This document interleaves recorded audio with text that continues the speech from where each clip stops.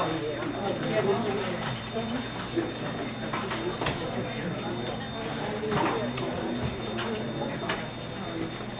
I'm gonna jump right into it because with the video, because this video really is going to dissect, start to break down some of the scriptures that we're going to look at. I found it.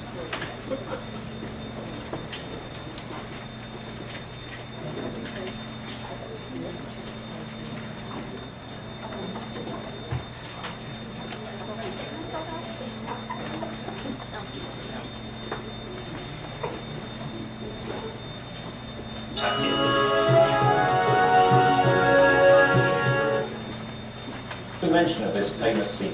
Okay, so basically we're starting with a conversation about Paul, and we're going to kind of go through, starting with Paul's entryway into the movement called the Way, and the implications, really the implications of that, and how that plays out in the church, early church's identity. He's just an example of it.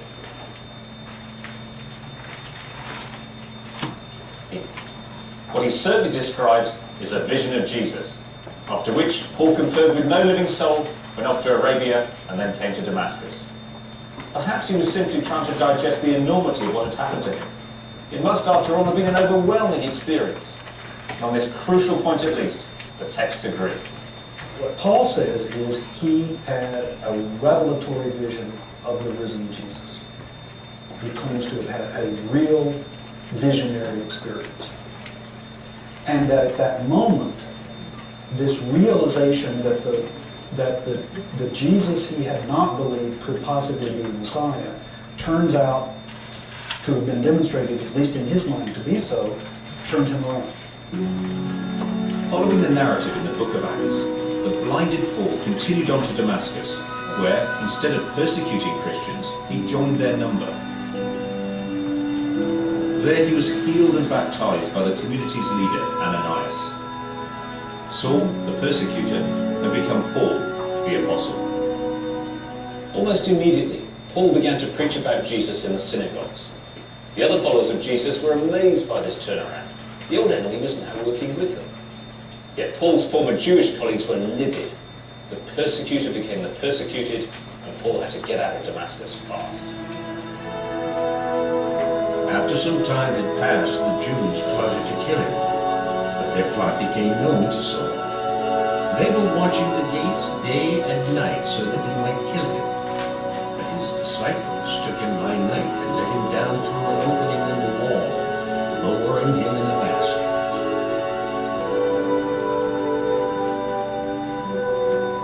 Paul returned to Jerusalem, but not to his former life in Judaism as an establishment Pharisee. Instead, he sought to join the fledgling Christian community, who remained unconvinced of his conversion. He persisted in preaching to the other Jews in the synagogue, until, after yet more threats against his life, it was decided that he ought to return home to Tarsus for a while. There are some tensions at an early stage.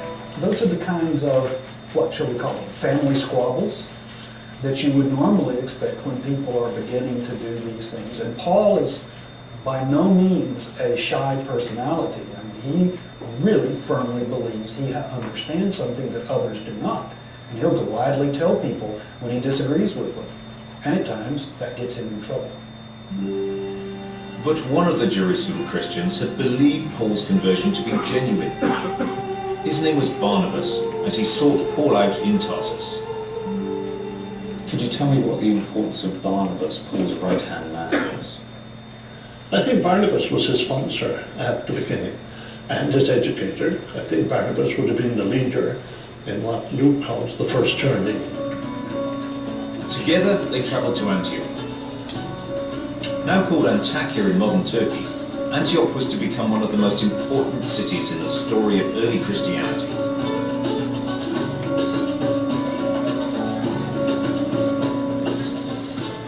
Behind me lies Antioch, in Paul's day the third biggest city in the Roman Empire. It was pivotal in the spread of Christianity. It was in Antioch that the disciples were first called Christians. when they begin to be described as Christians, is quite a controversial topic, partly because we don't know for sure if they describe themselves as Christians or were described by others as Christians. In the book of Acts, for instance, in chapter 11, verse 26, you get the first instance where Christians are said to be described as Christians. We're so familiar with the word Christian that it's easy to forget that it was not in use straight away for the first followers of Jesus. And part of that is because they really don't see themselves as separate from Judaism at all. Certainly not initially. All these early followers of Jesus really wanted to say was that God, in Jesus Christ, had brought Judaism to its promised completion. But this was not to last. Eventually, the tensions were too great, and the followers of Jesus were thrown out of the synagogues. The name Christian then became more common as the gospel spreads beyond its original Jewish base. Probably the word Christiano, the word that we're translating as Christians, is really a Latin-based term, believers being described as such in a Greco-Roman context. Maybe some self-definition based on an attempt to separate themselves from the mother faith, as it were, Judaism. Early Christians couldn't build churches for fear of persecution. They could meet in each other's homes or more remote locations such as this, the natural cave known as St. Peter's Grotto. This was one of the first Christian churches in Antioch. But today, Christians can only worship here on special occasions.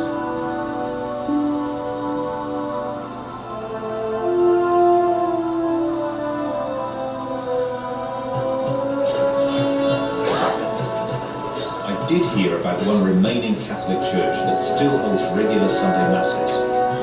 Although the church keeps a low profile, my taxi driver thinks he knows where it is. The Catholic Church of Antioch has been allowed to operate since 1852 with the blessings of the Muslim authorities. The church's priest, Father Domenico Bortoli, explained Antioch's importance to early Christianity.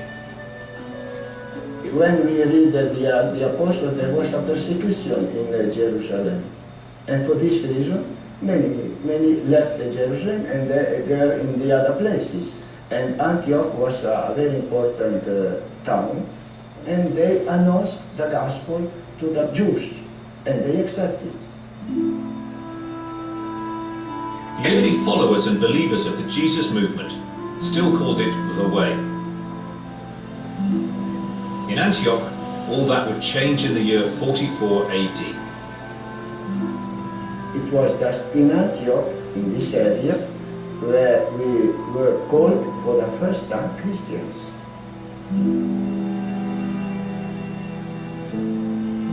When not the Jews accepted to be Christian disciples of Jesus Christ, the Church of Jerusalem sent Barnabas to see the situation, and he was very glad to see the situation. Then Barnabas went to Tarsus to look for Saul. When he had found him, he brought him to Antioch. So it was that for an entire year they met with the church and taught a great many people.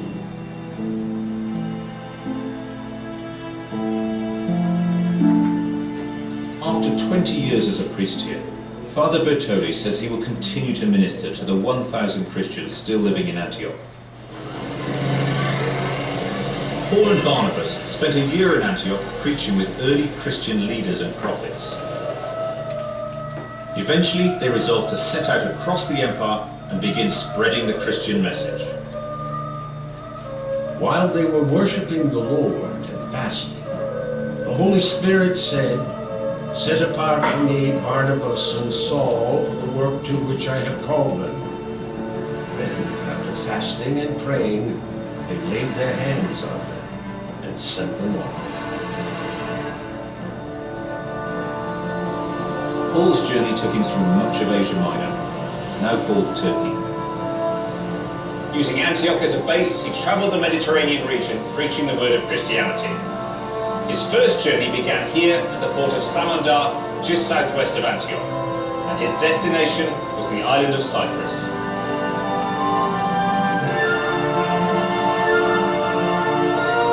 Paul preached across Cyprus before sailing on to Perga on the Turkish coast.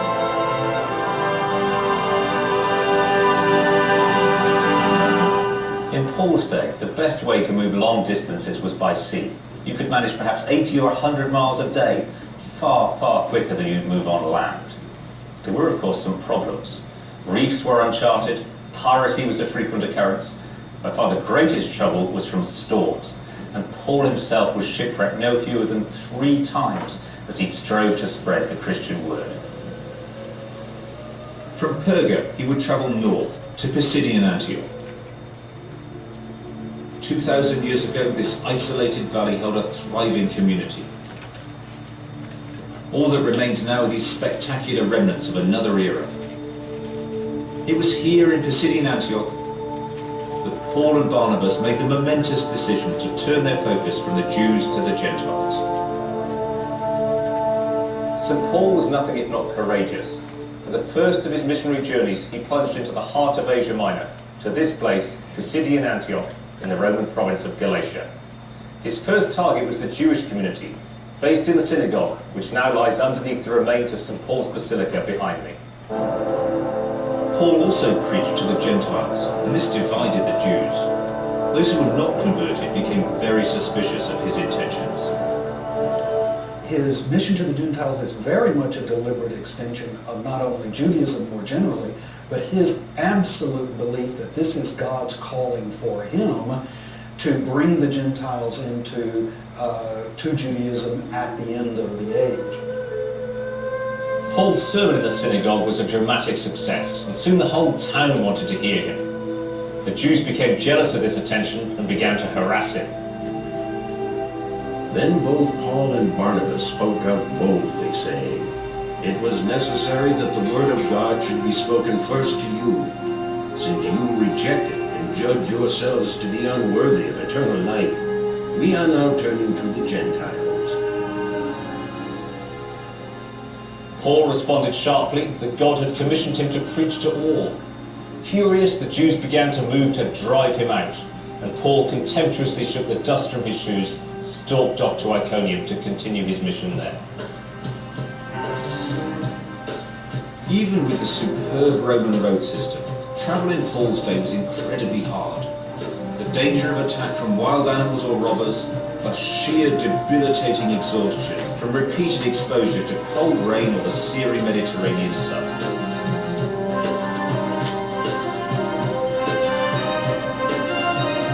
After leaving the cool rolling hills of Pisidian Antioch, Paul journeyed through a harsh mountainous landscape to a very different place.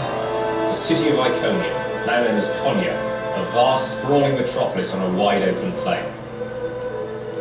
Just like in Pisidian Antioch, Paul's eloquence won him many admirers, but provoked antagonism from the Jews. He was forced to flee. Paul was facing ever-increasing danger.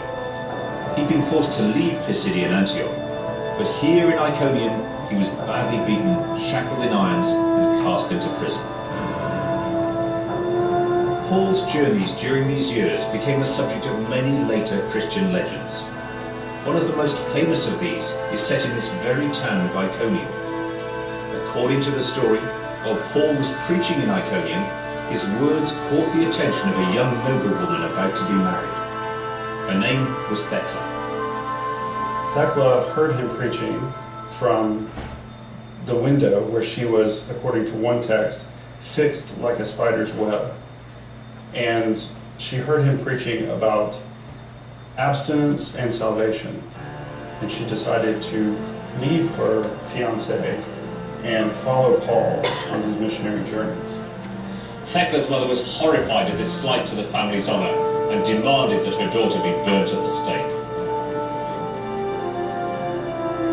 She is tied to a pyre, which is lit on fire in the city of Iconium in the amphitheater. And all the people of the city are shouting for her execution. In the middle of the execution, a rainstorm comes and wipes out the fire miraculously.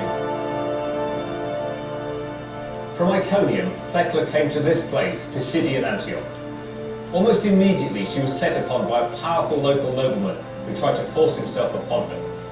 Quite naturally, she rebuffed him, but enraged, the man resolved to punish her and have her killed in public in this theatre in front of thousands of spectators. In one case, one of the female lionesses actually defends Thecla against the other lions and the other animals. In an act of desperation, she throws herself into a pool of water that has ravenous seals. This is considered to be in the text her self-baptism. And at that point, a bolt of lightning strikes the water and kills the seals, leaving her unharmed. The governor of Antioch is so amazed at this miracle that he allows her to go free, not wanting to incur the wrath of God. Thecla was said to have gone to live in Syria for many years. But even then she was not safe. At the age of 90, Thecla was assaulted by jealous pagans, but a fissure opened in the solid rock and she vanished forever in the chasm. While there's no evidence for Thecla's existence in the New Testament itself, in the letters written by Paul or the texts written immediately about Paul after his death, there is evidence from the 2nd century that suggests that she was an extremely popular saint even by the middle of that century. So while the legend does not give us any basis for which to assert her authenticity as a historical person, she had an enormous impact on the early church. Some Christian writers described Thecla as an apostle, others as the first female martyr. The details of her life and death may indeed be fictitious, but the very fact that stories circulated of a Christian woman teaching, performing miracles, and following an ascetic religious life is extremely significant. The ancient world was patriarchal, dominated by men, and there are very few stories of religious women in Greek and Roman paganism. Christianity offered some women new roles, a new way to achieve fame. Thecla was a model for such women, and she became a saint whose shrines have been visited by pilgrims for centuries.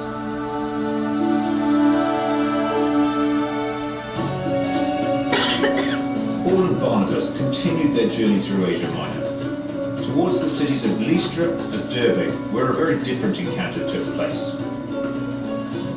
In Lystra, Paul healed a man who had never walked since birth. In Acts, Luke tells us, Paul called to him in a loud voice, "Stand up," and the man jumped to his feet and started walking. The pagan onlookers were amazed and believed Paul and Barnabas to be the Greek gods Zeus and Hermes. To the bewilderment and dismay of Paul and Barnabas, the priest of Zeus brought oxen and garlands and prepared to sacrifice the animals to them. What the priest got in return for his payments was a sermon on the true nature of God. We are mortals, just like you, and we bring you good news, that you should turn from these worthless things to the living God who made the heaven and the earth and the sea and all that is in them. He was a new source of conflict. Alongside opposition from Judaism, Paul's message had to deal with challenges from Greek and pagan theologies. Meanwhile, back in Jerusalem, trouble was brewing for Paul. Word had reached the Jewish Christian leadership that Paul was preaching a version of Christianity that appeared to deny some important aspects of Jewish law. But soon, Paul would face more immediate danger.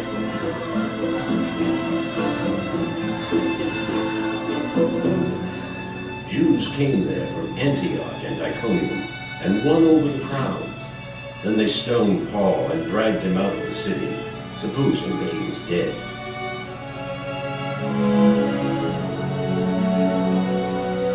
Although badly injured, Paul survived.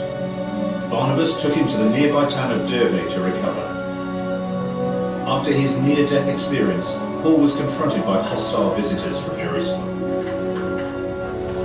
And after Paul and Barnabas had no small dissension and debate with them, Paul and Barnabas and some of the others were appointed to go up to Jerusalem to the apostles and the elders. Paul faced judgment before the Jewish Christian apostles. He needed their approval to continue his missionary work, and he knew the odds were against him because his accusers would also be his judges. Paul's future would be at stake, but even more importantly, the fate of Christianity itself would hang in the balance. He left for Jerusalem with a heavy heart. Here in Jerusalem, the apostles Peter, James and John carried on as the leaders of the church after the crucifixion and resurrection of their Lord.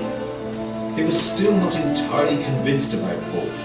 After all, he was one of those who had persecuted them and had been an onlooker at the stoning of Stephen. Other than Paul and, of course, Peter, the two sort of big names that you hear about, the third important figure in the first generation of the Jesus movement is James himself.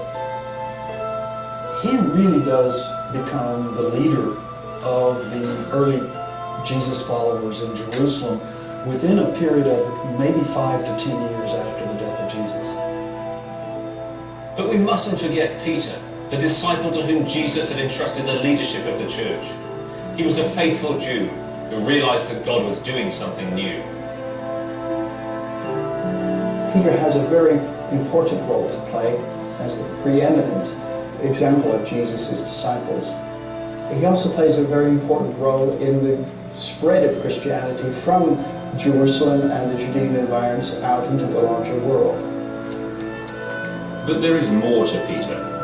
Called to be a leader, he has to change the way he thinks. And the way in which this happens, according to the book of Acts, is through a vision he has just before meeting a Gentile centurion, Cornelius.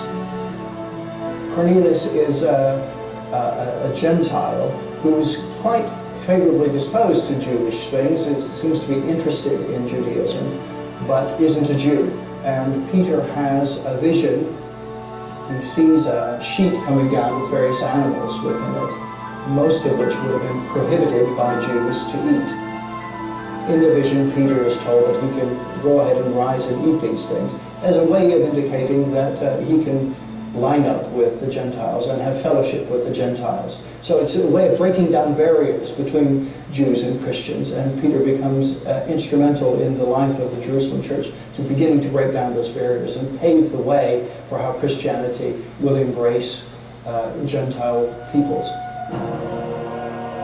So the way is being paved for some kind of showdown. Paul on one side, convinced that God is calling out to Gentiles as well as Jews. James and the Jerusalem church on the other, equally convinced that this new movement is for Jews alone. And somewhere in the middle stands Peter. Here we've got Paul, who's, gone off now to the Gentile cities and is trying really to expand in that environment. James tends to be associated with Jerusalem, and in most ways he tends to be identified with a much more traditionally Jewish form of the Jesus movement. Peter in some respects stands in between the two. And so we have these different sort of positions for these early figures. The dominant question at the Council of Jerusalem was this: could people become full followers of Christ if they did not adopt the strict customs demanded by Judaism? Paul is the person who wants to admit Gentiles, non-Jews, into the life of the community straight away. Not only that, but he basically says all the marks of belonging, like circumcision and other things, have no place here. Jewish identity centered on following over 600 laws and 5 books of Moses. These ranged from the 10 Commandments to obscure dietary laws, and observant Jews were expected to know and to obey all of them. For James, you could have the law and Christ. For Paul, obedience to the law was completely irrelevant. Eventually, the position that results is the one associated with the views of Paul, namely that Gentiles need no longer be circumcised in order to be a part of this movement. But that's something that they really are going to debate for decades, actually generations, before they really resolve it thoroughly in all of Christianity. This was a powerful debate with potentially far-reaching consequences.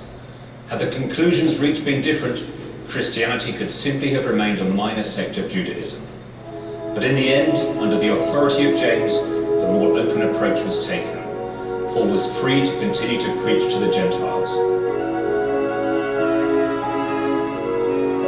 It was an I'll stop right there. It's so much, it's so much covered right there, but I want to look at Acts 15. So, write some notes down, process that for a minute, because there was a lot in there. I'm going to open up the door for my wife. I just saw it go. Okay.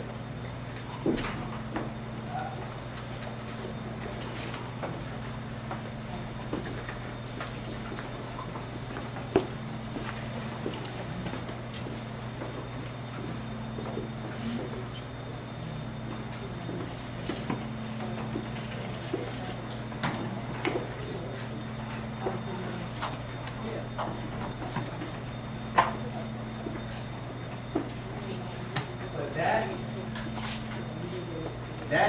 that is the crux of it right there. These are the branches that start to develop. So this is what I want us to do. Let's actually look at the passage, the last passage that they went on. And I want us to go a little bit deeper than the surface. I want us to understand, like, start being able to see the text underneath the text, like we talked about last week. Because there's that kind of comic book level, that basic level, and then there's text and messages under that text. And I'm really interested in us getting that. So we looked at that video. You can watch the whole. I mean, it's a whole. They go from the first 400 years of the church, and from Christ and Constantine. So we'll be revisiting that a couple of times in our discussion. But this is what I want you to do. I want you to put out Acts 15 and read through that at your tables, verses 1 through 21. Just focus on the periphery. Just focus on that particular portion. And what I want you to discuss and talk about and write some notes down on. Number one, this is the most important thing. What is the essential argument about in this passage? You know, if we really want to understand the scriptures at a deeper level, it's really important to understand where's the conflict. That's what drives everything in scripture. Where is the conflict? And there's always an essential conflict that we really have to unpack to really understand at a deeper level. What's the essential argument in the passage of Acts 15, 1 through 21? And then these are where we get more to the intricacies of it and understanding it in a more structural way. What priorities, people, and structures, what priorities, people, and structures are highlighted in the passage. So what is the essential argument? What are they arguing about? Where's the conflict? Which you should be able to pick up on pretty quickly. And then what are the priorities? What are the people? What are the structures? What are highlighted in the passage? And lastly, does anything in the text surprise you? They're particularly reading. There should be, particularly if we read the Gospels a lot. There should be one thing in particular that jumps out to you that is surprising, maybe not to you, but to some people when they read this text at a deeper level. So, are there any surprises in the text for you? So I'll give you some minutes. I want you to really digest that and think about. You got a lot of clues and a lot of hints from the video.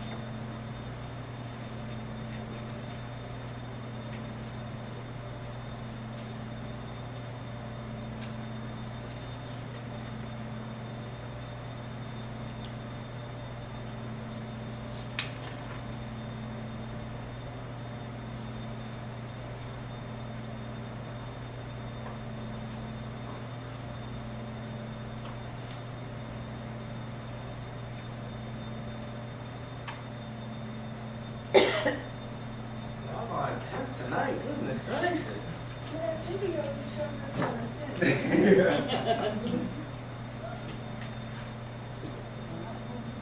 Yeah, that's what it's on.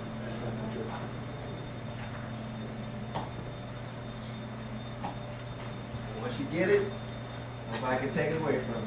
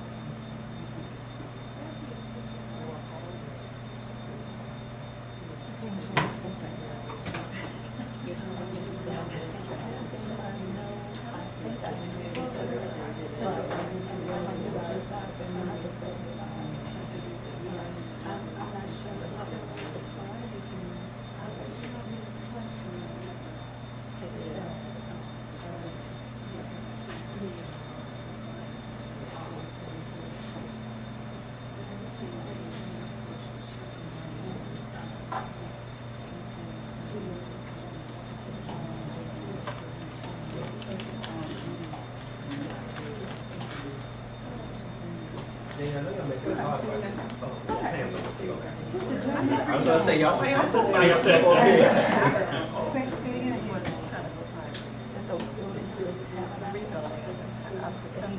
gonna open the door to everything.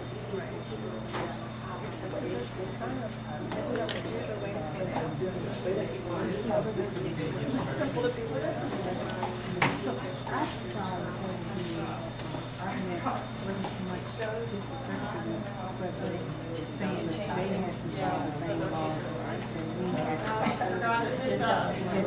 follow the same laws as right. He basically said, well, Moses has been preaching this throughout the synagogue the whole time. They should have, basically, it's not saying they should have heard it, so they should know. They want to follow. They should be doing what it is. Staying from eating all Right. certain types of meat, sexual immorality. Right, the blood and family, so it was more so to all the laws that they have to follow the laws. He was arguing that they should have to follow too, if they want to be part of this group. This is the interesting thing to me. This is what's surprising because Right. So, and I thought as to why they still pushing it if crucifixion, if they're living under grace. So I think that's why the conflict came, because they I want to say the Pharisees and the Sadducees were talking. But there were Jesus that believed in Jesus too. Right. But I think that's why the Pharisees and Sadducees disagreed, because some said that you still have to follow the law, and some said that you do not have to follow the law. It was grace. So I think that's where the conflict started after the crucifixion between the circumcision and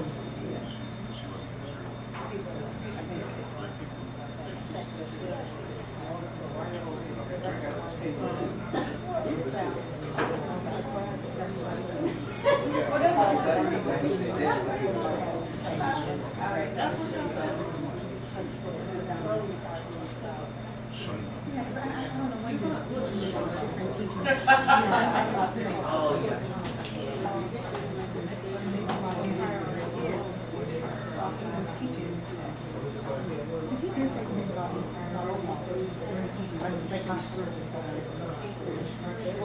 he didn't teach against it, but he was saying that he was teaching something different. He wasn't teaching around. He was teaching grace.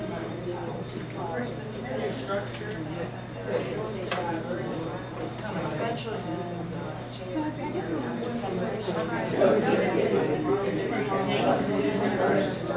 I guess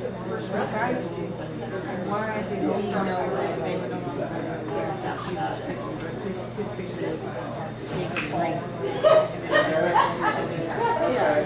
but then it says, That's all you have got. Peter did change the dream.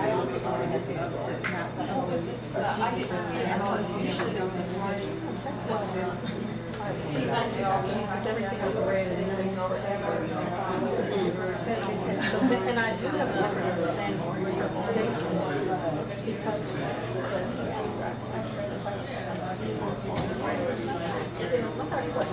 you go and read stuff everywhere. And so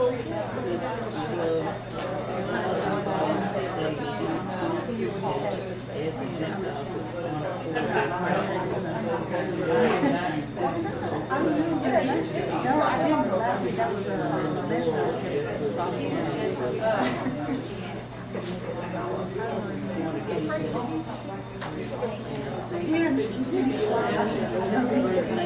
research is everything. that's where he did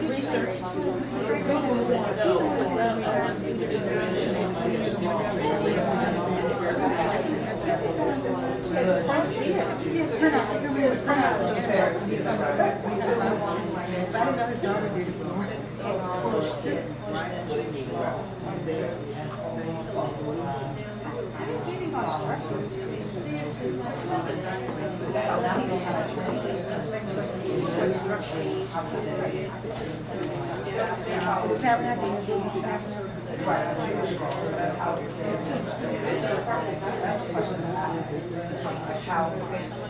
Well, I think that there's the Jewish law, Jewish law can express it.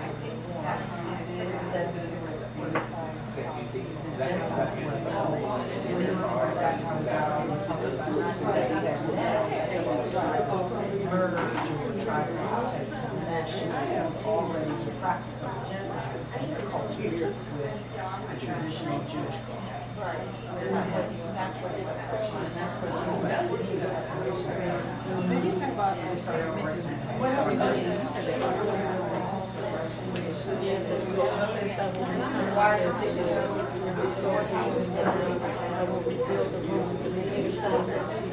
just more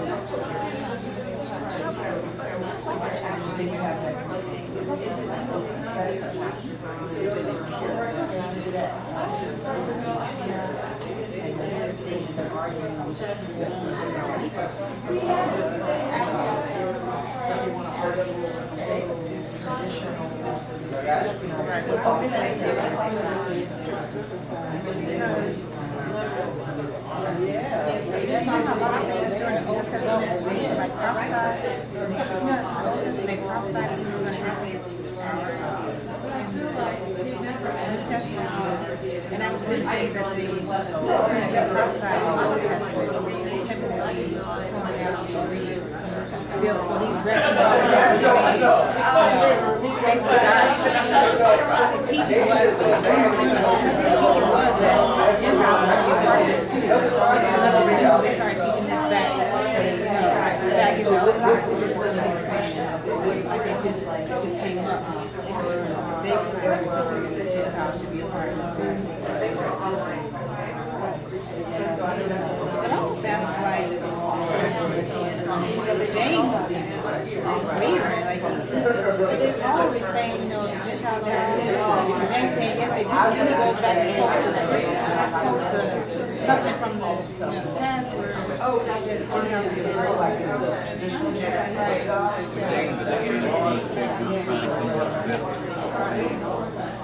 We don't need to put all this pressure on them to be circumcised. Let's let them obey these rules instead of going all the board. Peter basically saying, you guys are talking trash because you guys aren't following the rules anyway. We don't follow these rules, our forefathers follow the rules, so why are you telling these people they need to follow them?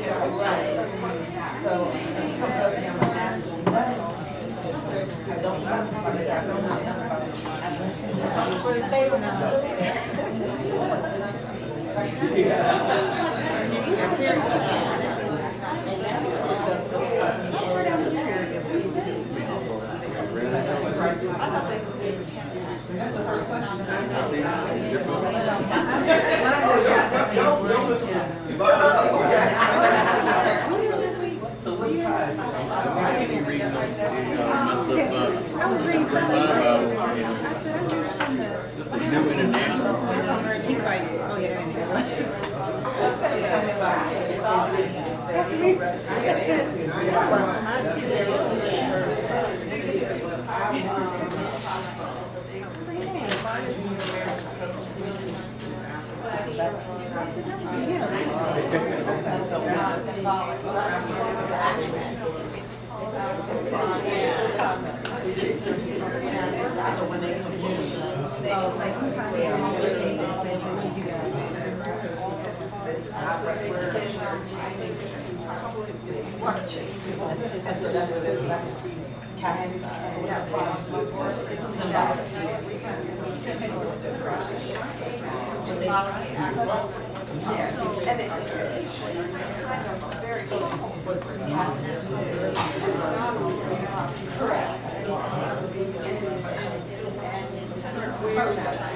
It's kind of funny, he said, don't just articles in their way. Let's write them and tell them how to do this. Well, you know, some things might not consider eating a certain way in obstacle opposed to eating a part of your skin. That's a real obstacle right there. Eating a certain way, eating a certain animals, you can probably deal with more than that type of thing. It's like me telling you, when you wear this shirt every day, and me telling you, you got to pay me $1,000 every day. Where they stop wearing this shirt.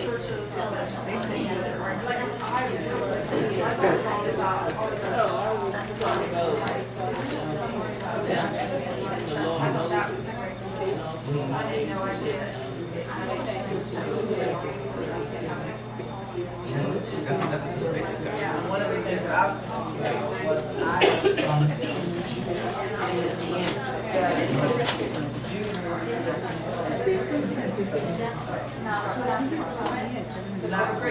wasn't going to come and not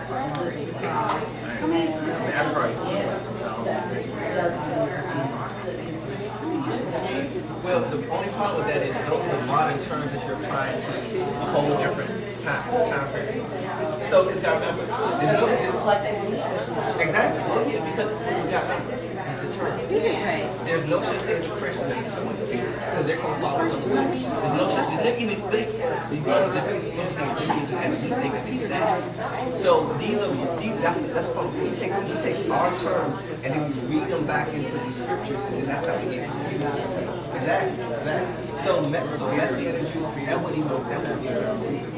So we're talking about what's still in the first century. So we're about 15 years after the crucifixion and resurrection. 15, 20 years after. So no, not because they're still reading the home. But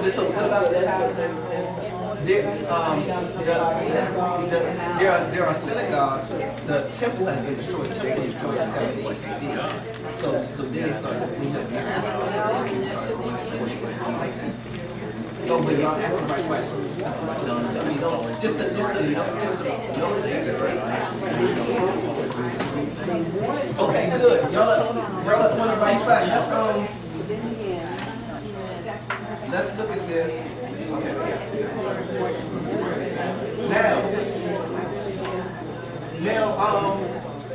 okay, so I need y'all to stay focused because we're not going to be able to cover every little intricate thing in this passage because there's so much in it. But I want you to get the main themes, and the main themes are going to be able to give you a broad view of what's going on, and it will highlight some of the details as well. So this is really what I want you to answer, and then I'll flesh out some of these and some maybe things you didn't pick up, or maybe some things you did. I don't know. So briefly, one statement. If you need two sentences, you don't got it right. So let's do it like that, okay? If you need two sentences, I need one sentence that answers this question. What is the essential argument about in this passage in one sentence? Who wants to go first? Go. Whether or not the Gentile believers had to adhere to the laws of Moses and other Jewish traditions, specifically circumcision. Okay. Whether or not, that was a long sentence.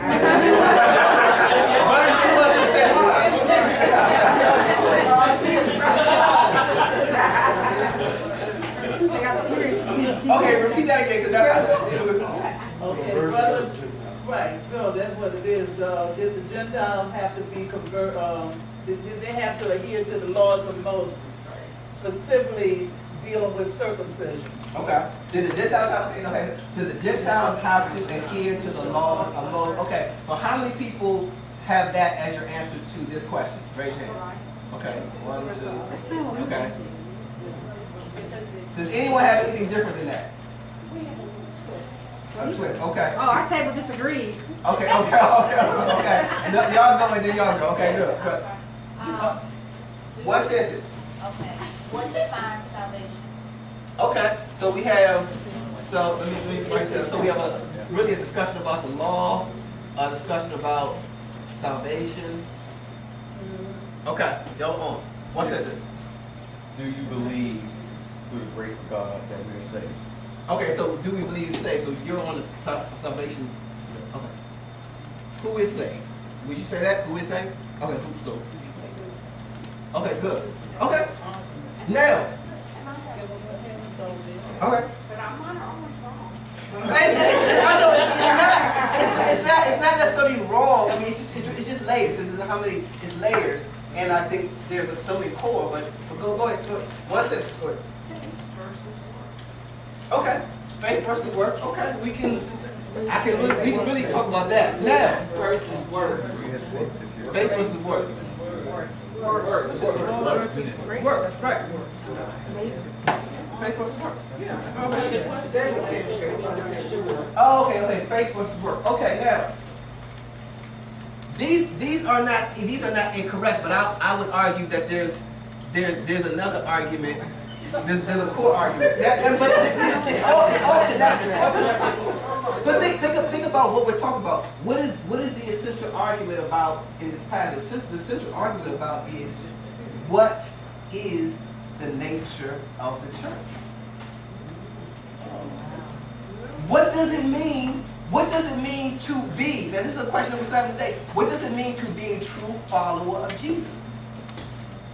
They're having an argument over that. Do you have to think about this. Think about this. We're about 15, 20 years out from the crucifixion, from the resurrection. Okay, Jesus was a Jew. Most of his followers were Jews. Not all of them, most of his followers were Jews. And now you have Paul preaching and teaching and bringing these converts who are Greeks, who are Hellenized, but they say Hellenized, who are indoctrinated Roman culture, who are some of them pagans, former pagans, and they're coming in, and so now they're having a discussion about, okay, now these people are coming. What do they have to do to be a genuine follower of Jesus? And if Jesus was a Jew, so it makes sense. If all of us are Jews, so it makes sense that all of them would have to convert to Judaism. And Paul's saying, no, they don't. And they're having a discussion, a debate about what does it mean to be a true follower of Jesus. Does that make sense? Now, you're right, because these discussions are all relevant to it, because what, do they have to follow the law? Do they have to, are they saved? Faith versus works, these are all conversations, but the core conversation is, what does it mean to be a true follower of Jesus? Now, did you catch this in the video? And then we're gonna break down that scripture.